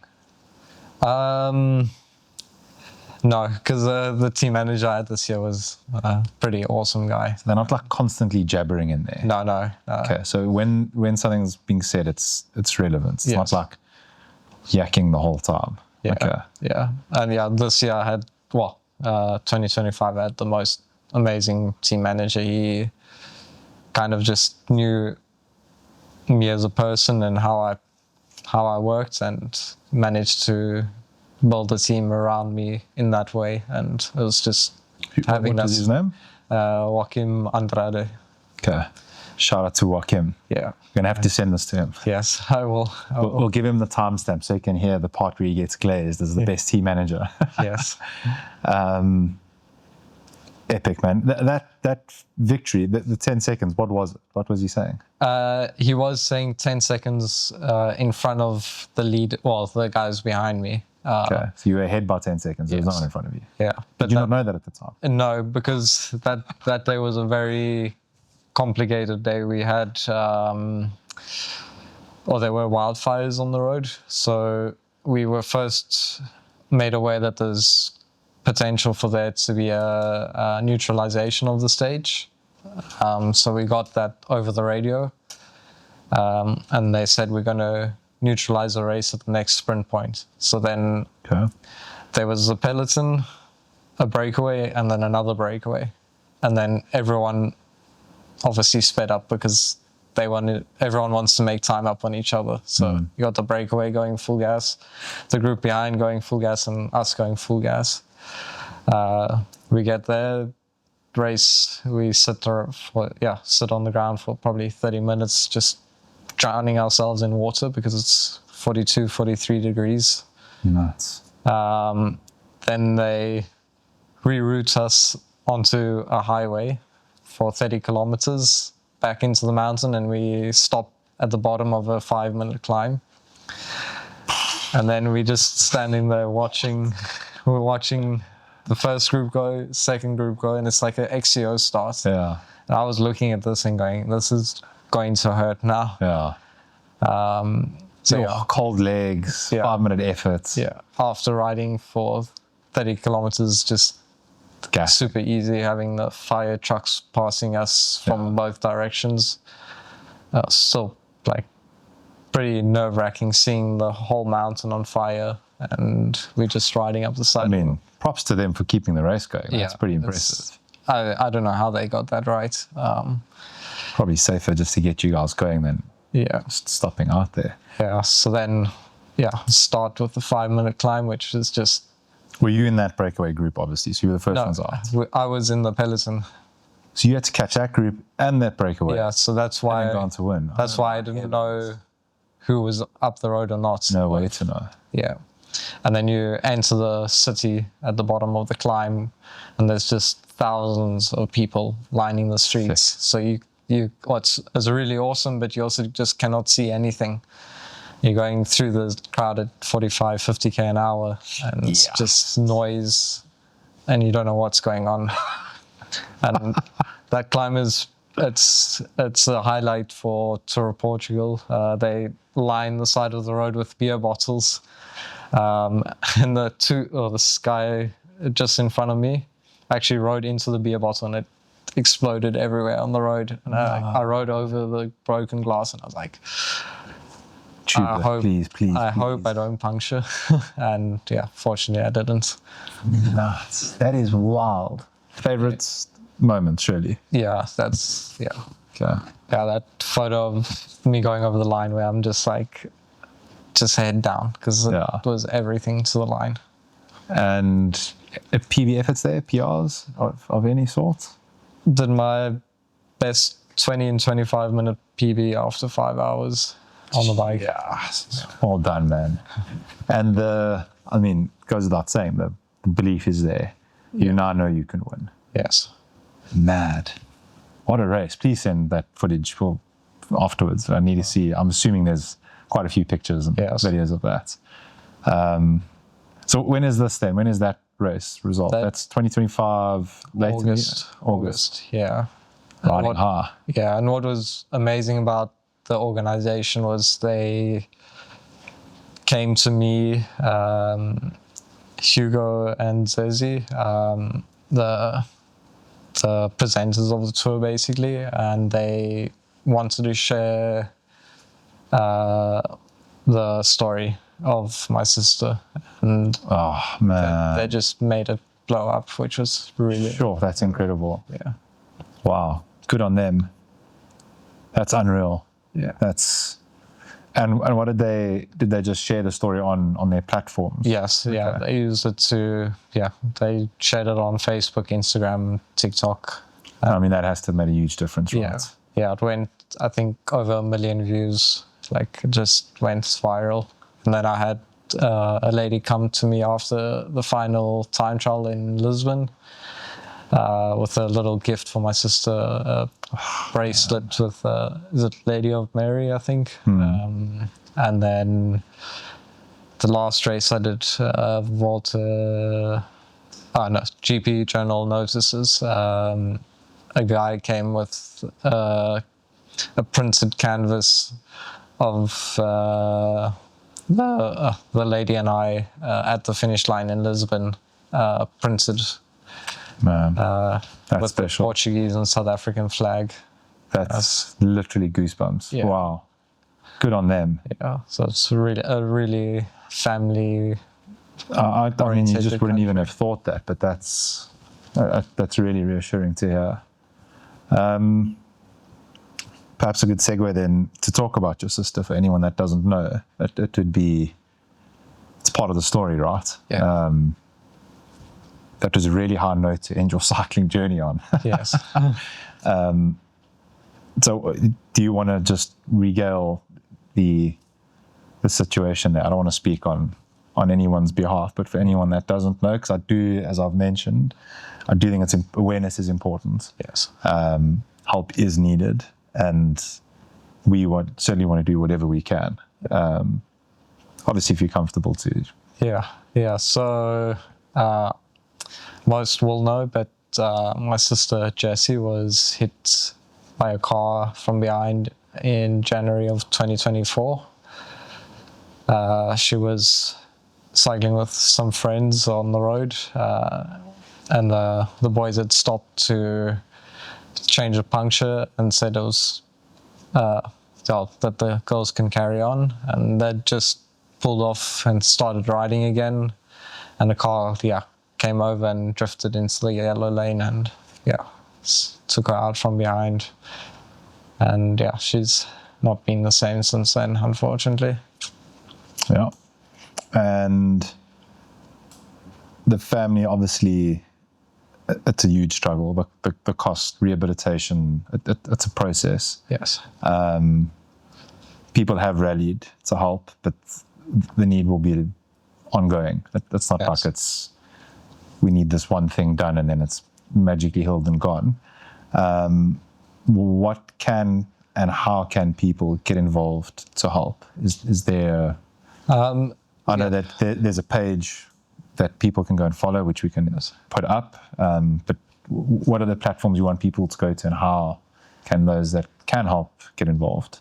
Yeah, so her thoughts, she has a traumatic brain injury, the most severe. So her rehabilitation will be the rest of her life. So any help, it's sharing her posts, and maybe that catches the interest of someone who can help. That's all helpful. And then we do obviously have the GoFundMe and Back a Buddy pages where you can donate if you have the means. And that's the main platforms people need to go to for that. Your mom and dad, reading the last post, they obviously have to be full-time involved in caring for her needs, and that's a lot of the challenges there. They physically cannot go and work to do what they need to. So that's just for some context for anyone that hasn't seen it.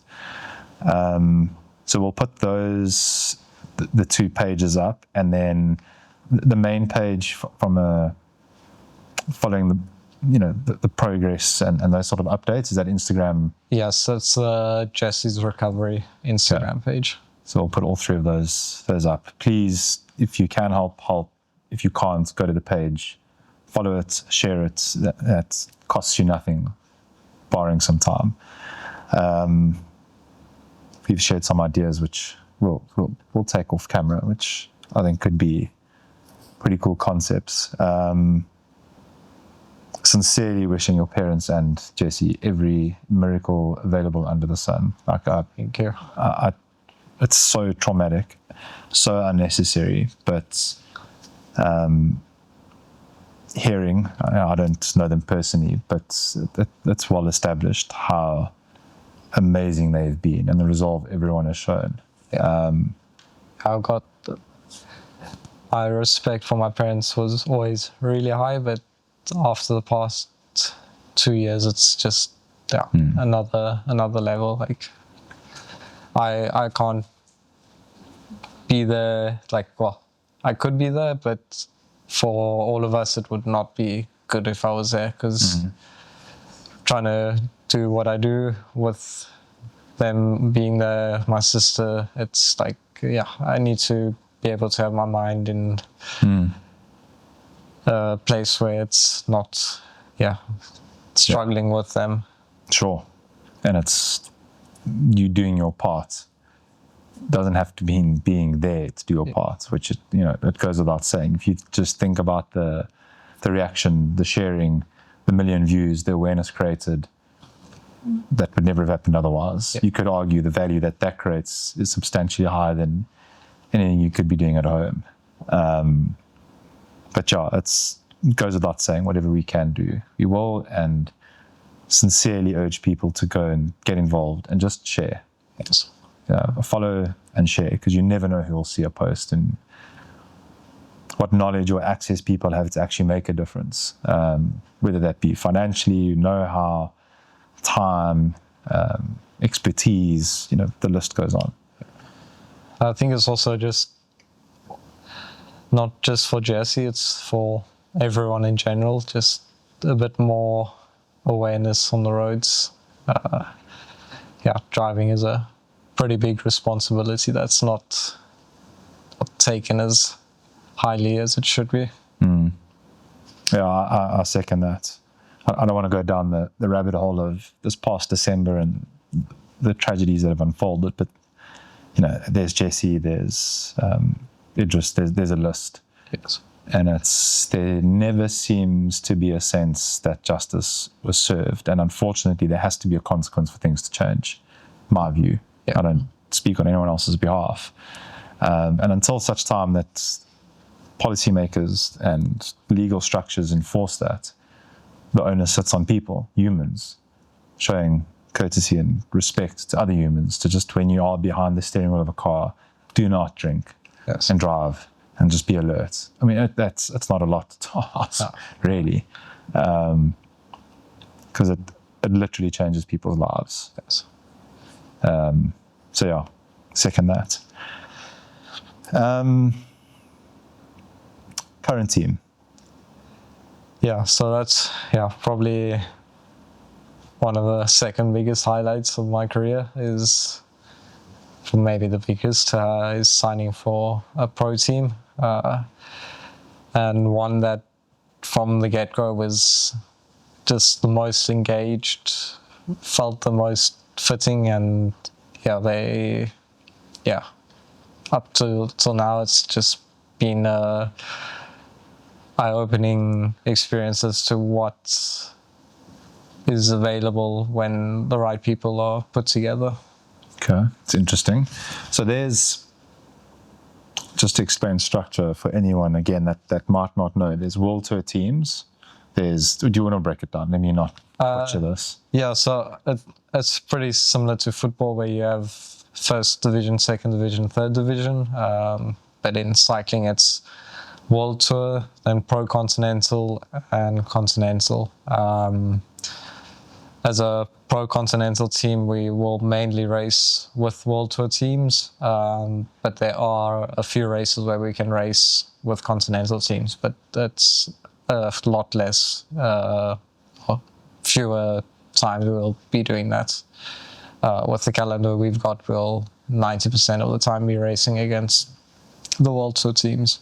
And that will be, because World Tour teams there's not one team, right? There's an A team, because they've got loads of races they're attending all the time. Yeah. So you're not necessarily racing, if you're against UAE, it's not necessarily Almeida and Teddy. Yes, so the World Tour teams are generally average around 30 riders. And then, for example, our team's got 21 riders. But we can have teams racing simultaneously within one team. So, Got you. yeah, because there's a lot of races on the calendar. Yeah, if we look at I think last year the team with the most amounts of races had 275 race days on the calendar. My goodness, how do you even begin to manage that? And then that's excluding travel days. Yeah, So well, that's what I'm saying. Like, that's to manage pretty much that. 365 days a year. You've got your calendar for next year? You know what you guys are doing?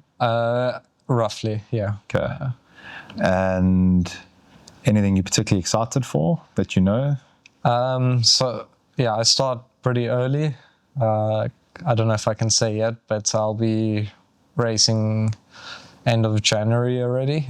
Then I come back for nationals, and then we're still waiting on confirmation, but I'll be heading back to Europe, or Middle East, middle of February. Exciting.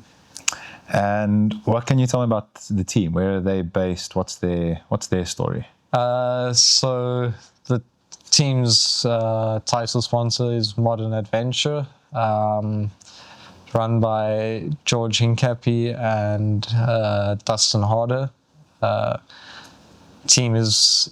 The actual team is licensed in the US because we are 60% US based riders. That's cool. Can't say we because I'm not in the United States citizen. But they are based in Greenville in South Carolina, but we also have a headquarters in Girona. Man, that's power. And can you feel that bump up to pro, like in terms of how they conduct themselves, in terms of... Yes, yeah. I've been explaining to friends and family that it's like I've gone from amateur teams to continental teams, and then to a continental team in 2025, which was a big step up where we had a lot more infrastructure and equipment. But then this year with Modern Adventure, it's like everything behind it completely like run like a corporate business. The organization, the platforms for communicating with each other, it's just coaching staff, nutrition, Yeah, that kind of we've got stuff bumped up as well. full team for coaching. I think in total there's 50 people employed in the team. Wow. With riders. So there's as many staff as there is riders. Sure. And we've got an amazing performance performance directors in the team, the coaches, and then the doctors, nutritionists. Yeah, it's just unreal. Yeah. You were saying there's a good culture. There's a really good feel about the team. Yes, that's the first meeting with the team. I don't know if I can say this online, but Alex Howes, we had a Zoom meeting, and he basically just called me and said, "I'm just calling to see if you're an asshole or not." So did you pass? Yeah. So it's a good sense of humor. Yeah, the team put the trust in the three sports directors, Joey Roscoff, Tyler Magner, and Alex, to select the riders, which I think is pretty cool. And then, you got Bobby Ulich, Ben Day, and Gavin Mannion on the coaching side overlooking us. So that must be so cool. Yeah, it's pretty incredible. Yeah, go on to Training Peaks and I see six people looking at my training. It's a bit like, shit, I need to. Oh, it also I mean, this is, it stands to reason you're about to unlock the best version of yourself, and that must be so exciting. Yeah. Have they communicated what their main aspirations are? Is that something that they keep secret or not? Or is that like a publicly declared statement, we're going to win the whatever tour? It's pretty open that they want to do the Tour de France. And if it's 4 years, 5 years, 6 years, they want to do the Tour de France. Man, that's proper aspiration. Yeah. Good. I love Americans. Yeah. I love it. Like, we aim for the stars, land on the moon. Like, there's no half measures. Yeah, and I don't see why not. Like, from what I've seen, they're going to do it. Yeah, awesome. It's a damn exciting story to follow through the lens of one of our own. Another story about the can-do of South Africans. One of the most exciting parts of the team surely has to be the bikes. I mean, we can't talk cycling team and not talk about the equipment. Yes.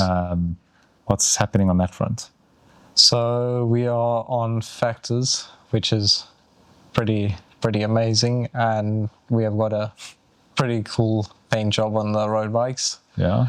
Running SRAM throughout, and also have the Factor Hanzo TC bike, which has been quite cool getting to Pretty sick. ride around on. Do you know if you guys will be running the new Factor one at all? Rumors are there. Okay. Yeah. Does that excite you or make you nervous? There's a very split view on that bike. I kind of get on a bike and ride it, so I'm not too picky. Yeah. Fastest bike is the one you're riding. Yes. Yeah. No, but it would be pretty cool to give that a go. I mean, that's the most... I'd say probably it is the most exciting bike brand at the moment. So it's hard to imagine there's anything else that has garnered the attention of the market and is actually innovating, doing different stuff. Like, okay, so they've just... This is day one, year one. Were they not a different version of themselves before under a different label, or is this literally brand spanking new out the gates? They did have a continental team a few years ago, but it was not... Their goal was never like this. It's like now it's completely restructured. Okay. They've been away from it for a few years, so they literally started February, March last year with the idea, and we got to December.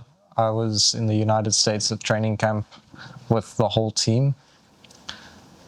We had all our bikes, all our kits, everything just ready for us. Like, it's super impressive. I can't fathom it. The scale of what they're doing. Yeah, I don't think there's many teams that would have been able to do that on that scale. I would absolutely love to sit with those founders, whoever's at the helm of this thing, and understand how, why.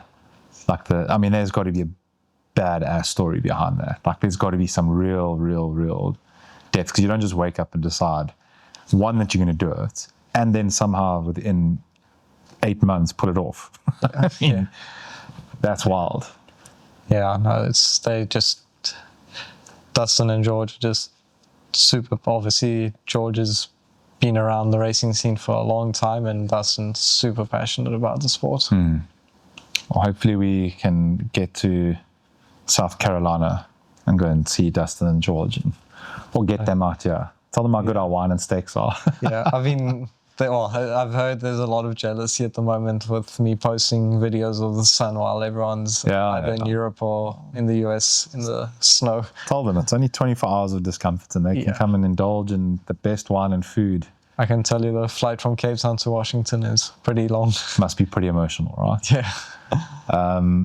Out of interest, when you travel, because you've done a lot of travel with your bike, how do you get your bike around? Bike bag? Bike bag, yes. We got Sikon bike bags. Nice. Any particular model?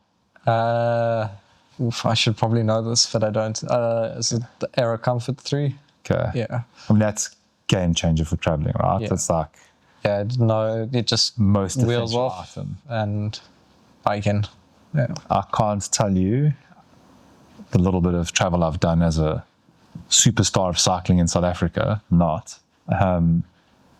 how I wished I had a Sikon bag earlier in my life. Yes. those things are a game changer. Like, talk about a performance enhancement that isn't like on your bike. Yeah, especially for the time trial bikes. That's where it becomes even more important. Yeah. Trying to take time trial handlebars apart is, not Emotional. everyone's wish list. When do you head that side? You did mention it earlier. Like, I know you're departing relatively soon, huh? Yeah, so I actually leave tomorrow. Driving up to Clarence to do a training camp with Stefan de Bort. We'll be there for 2.5 weeks. So pray for you. It's going to be emotional. Yeah. And the rest of the team are doing a training camp in Girona from the 12th of February. Okay. Clarence, how do you get up there? We did talk about this earlier. Between 1,800 and I think 2,200. Sleeping at 1.8, riding at about 2.2. Yes. Have you got any reference points for the value of doing altitude? Like, why should anyone care about it if they don't know about it? Yeah, it's basically when you're at altitude, your body needs to produce more blood volume, and then when you come down, then you got more oxygen. So then when you come down, you got more availability, and you should be going a bit faster. That makes life a whole lot easier. Yeah. How long does that stay in your system for? Do you have any idea? How long does that benefit last for? I should know, but I can't say for sure. It obviously depends on person to person, but I'd say it's also, you do your altitude block, you come down to sea level, you're stronger, so you can train harder or race harder, so you're getting a double benefit from it. So it's a continuous effect. And then when you rest, obviously your body absorbs a lot. How often in the year do you rest, if you had to associate a percentage? Generally you got the off season, which is the end of the race season, where guys take anywhere between a week and 5 weeks off the bike. Off. Completely off. Yeah. How long did you take? I did almost 5, but I had 1 or 2 races in between that. Okay. So it was like a race off season type thing. But completely off 2.5 weeks. Okay. So when did you start officially training again? End of October. Okay. Yeah. Okay, so that 806 Chappies is a good version of you. It's not like an untrained, lazy version of you. So that's I'm so interested to see if anyone can get near that. Didn't want to do it fresh. Yeah. No. For the sake of a better performance. I didn't want to suffer too much. Okay. I'll be very interested to see. I know Dan has a sub-8 aspiration. Yeah. So I actually hope someone does take it to nudge you getting back sooner. I want you to come hit that thing with vengeance. Be on the first flight back. If Teddy had to give that thing full beans, what do you reckon he could do? Oh, I've got no idea. For sure sub-8 is possible, but I don't know how much lower than sub-8. Yeah. Could work it out, right? There's means to work that out. Watts per kg, average speed. You could find someone to figure that out. Do you guys look at as measurements, like, do you as an individual in the team look at things like watts per kg? Is that a reference point? It does obviously help give you a profile as to where you sit as a rider and where your strengths lie. But more for training and then positioning yourself into the team at races. The reason I asked that question, I remember seeing a graph early days of starting cycling that said, like, social rider through all the cats up to elite, up to world tour. Yes. For your weight, what your watt should be, and the corresponding watts per kg. So, like, if you were at 4, like, you should be able to win a batch race. If you're in 4 to 4.5, you should be able to win like an A-seeded race in Cape Town type of thing. Your view, if you want to be on the, not that is the thing that will make you get there or not, but if you want to be Conti, what is that watts per kg? Like, if you're below X, don't even think about it. I'm not gonna give a number. I'm gonna say learn to race a bike. Okay, that number doesn't matter. Learn to race a bike. Yeah, that's it. Yeah, finishing races is not about the numbers. It's Love that. yeah, you have to learn how to race, because there's guys with 6 watts a kilo, 7, well, okay, 7 is quite high. It's 6.4 watts a kilo FTPs, but can't finish a race just because they don't know how to get around the peloton and get to the finish fresh. I wouldn't be able to get through one corner. I do not understand how you do that bunch racing. That's like, I can't think of anything scarier. Like, I'd rather be strapped to the front of a Formula One car than go through one bend in that peloton. Yeah. Hats off to you, absolute nutcases. Yeah, definitely a special kind. Leave tomorrow, Clarence, back to Cape Town, off you go. Fly from Joburg, Okay. then come back down for Okay. nationals. Okay. Is nationals important to the team at all? It would be nice to have the South African band up in Europe. So yeah, they're quite. Okay, so they would want you to win that. Yeah, myself or Stefan. Yeah. Yeah, goes without saying. That Yes. would. Where are essays this year? Nick. Yeah. Midval, Walkerville. Yeah. Does that go into Seikabosi? You know. No, it's from what I've seen, going it's to the be there for circuit. 3 years. Yeah, it's the circuit's 14.7 kilometers. An elevation? Is there some punchy stuff there to inflict some harm on your rivals? I think it's only 1,800 meters of 160, 180 kilometers. Oh, you see, that's flat. Yeah. That's not a. I'm hoping the wind is blowing You want like a the bat out of hell. So you'd much rather have horrible conditions. Yes. Rain? Tougher the better? Yeah, even rain. Yeah. Bring it. Yeah. You know where your tools are sharper, hey? Yeah. Are there any South Africans you particularly think you need to watch? Come that, I know it's early days, it's still a month out. Yeah, I think, well... Stefan, goes without saying. Yeah. My arch nemesis in my own team. I'm only joking. The Tishnello boys, they're going to have a strong squad. Then you got Alan and Kieran. Alan racing for Jayco and Kieran with the development team, Axion. That's going to be a race. Yeah, so... Yeah, that is going to be a hell of a race. Yeah. I hope it's properly televised. It's going to be sick. Yeah. And then obviously Ryan Kent with the Fly Collective. Yeah. Is Gibbon still at it? I think he'll be there. Can't resist the urge. I thought he'd be like tapped out and just chilling for a bit. I don't think so. Not going to happen. No. Are you close with him at all?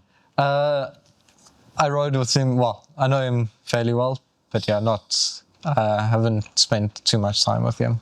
When Pritzen was in Girona, he was saying what a stellar human Gibbons was. Like just a great, super genuine ambassador. Like just super nurturing, helpful. Yeah. Which again is like, it's so good to hear that, because cyclists aren't exactly associated with being these super huggy, welcoming people. Yeah. What was really cool in Girona, and I'm happy I'm going back, there's a South African community. Like everyone kind of helped each other out. Like, everyone's willing to give a hand where they need to. So it's a very tight-knit community. Good for South Africans to know. Yes. Like if you can just get there, you're going to have an army of people around that will help. Some closing questions, just some random stuff. Pastries at a cafe. What are you choosing? Unfortunately, I'm a bit gluten intolerant, so no, you see, that has to be a problem. Yeah, you threw me off with the coffee and the hot chocolate thing, but you don't eat pastries. I try not to, because it does affect me. If they're all gluten free and you would not be intolerant at all to anything, no side effects whatsoever, you can just indulge, what would it be? carrot cake is a go-to. Yeah. Okay. After a race, beer or electrolytes? Yeah, just bottle of electrolytes. Bottle of electrolytes. Favorite dish before a race? Is there a go-to? Rice and salmon. Rice and salmon. Okay, yeah. That's at least different. It's normally rice and chicken. Yeah. No pasta, no spaghetti. No. What's the worst thing to have before a race? A lot of vegetables. Why is that? Fiber. Don't want fiber. No. Not good for lots of different reasons. No. Do you have a favorite brand of nutrition? Based on taste, flavor, not necessarily performance. I've used our team sponsor previously, Endurance, which we're using now, and yeah, I'm pretty excited to be back with them. So Palatable. yes, Good very stuff. much so. Okay. And actually one of the most affordable. So that's looking. It's good to know. Favorite climb ever? Chappies. Okay. But outside of Favorite segment? Chappies, yeah. Outside of South Africa, Is Chappies comparable to what you've seen globally as a spectacle? I'm not saying necessarily vertical elevation and all of that. It's like as a visual spectacle to ride. there's only one other place where I've had something similar, and that was one of my first races in Portugal, where there's a bike lane along the coast on the cliff face. I'll send some photos through of that. But that was pretty spectacular. So we are very spoiled. Yes, yeah. That view, if you're coming from Noordhoek towards Hout Bay, when you come around that corner and you see Hout Bay and the tunnel, there's not many places that beat that. You were about to say what, in Europe, what your favorite is. Apologies for There's a interrupting. lot. Can I only choose one? One climb, the rest of your life, and you stuck riding it. I'd have to probably say the Senhora de Graça, the stage I won World to Portugal on. Okay, the most mystical of all. Just trying to think if there's anything else. Favorite person to race against?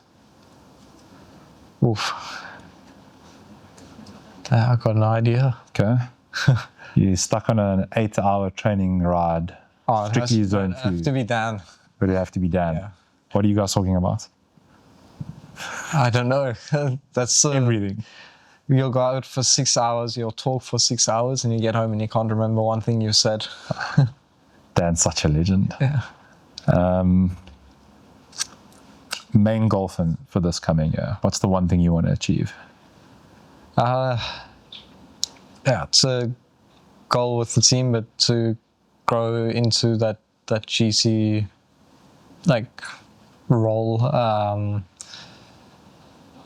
and just see. It's always my main objective is just to see how far I can progress as an athlete myself. Like how high can I get my performance and where that can take me. Awesome. We have some aspirations. Alex's going to be abroad at some point next year. This year. Jeez, I need to get into 26. I'm going to be at Flanders in April. And our broad stroke ideas are whenever we're around, we're going to go out of our way to try and find people we know and try and get like a day in the life of.